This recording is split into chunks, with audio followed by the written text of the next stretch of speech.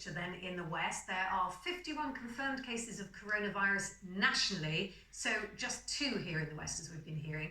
Today, Wellington School in Somerset confirmed that 1 pupil is self-isolating but has no symptoms so far, and a member of staff who was also off has now been tested negative and returned to school. And the couple from Gloucestershire who were quarantined in a hotel in Tenerife are now back at home. Nigel and Anne Scotland were among more than 160 British tourists who were quarantined inside the building after 4 Italian guests tested positive. They are now self-isolating. As we said earlier, it's been confirmed that the Cheltenham Festival will go ahead next week. The event is worth £100 million to the local economy, with hotels, restaurants and taxis already booked up. And with 4 days of racing due to start next Tuesday, organisers say they'll be providing more restrooms and hand gel in an attempt to further improve hygiene. Andy Howard reports.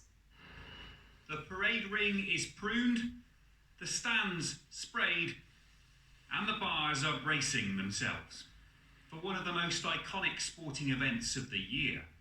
Next week, more than 250,000 people from all across the world will come here to Cheltenham to watch 4 days racing. With the number of coronavirus cases going up all the time, including some locally, it's caused concern. Some have even asked the question, could Cheltenham be cancelled? Well, fresh anyway, Dave. Nicky Henderson is the second most successful trainer in Cheltenham history. With a host of top horses ready to run, he's starting to get worried.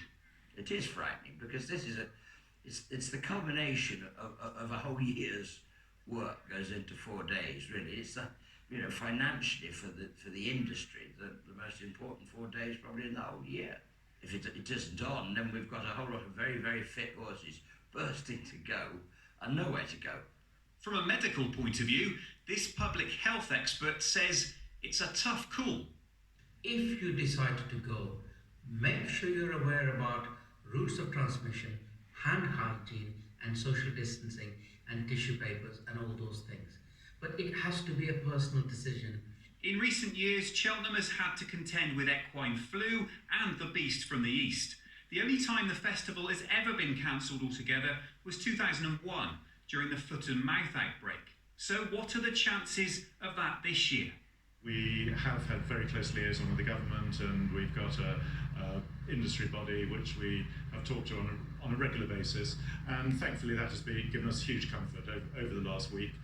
We've always said we look like there should be no problem for Festival Week, and the government thankfully has confirmed that today, that unless there is massive change, that we should be able to go ahead. Cheltenham is go. Cheltenham is go. Organisers are upping the number of toilets this year. There will be more than 2,000 on site, with wash basins and hand gel. The aim is to keep hygiene standards as high as possible. As well as the horses, in recent days some bookmakers have offered odds on Cheltenham being cancelled. That's not where the smart money is at the moment. Andy Howard, BBC Points West at Cheltenham Racecourse. And the other big event coming up this month is the Bath Half Marathon. And tonight, its organisers say they're closely monitoring government advice, but going ahead. But they're advising people in vulnerable groups, including the over 60s, to consider not attending the event. Yes, if you do have any questions about coronavirus, then search BBC Coronavirus, and that'll give you lots of new information and advice as well. I have washed my hands so many times. And some all the way through. And, I'm sure, not that I know. But, please don't worry unduly, will you, as new information comes in. We'll stay across it here in the West. Now there's still lots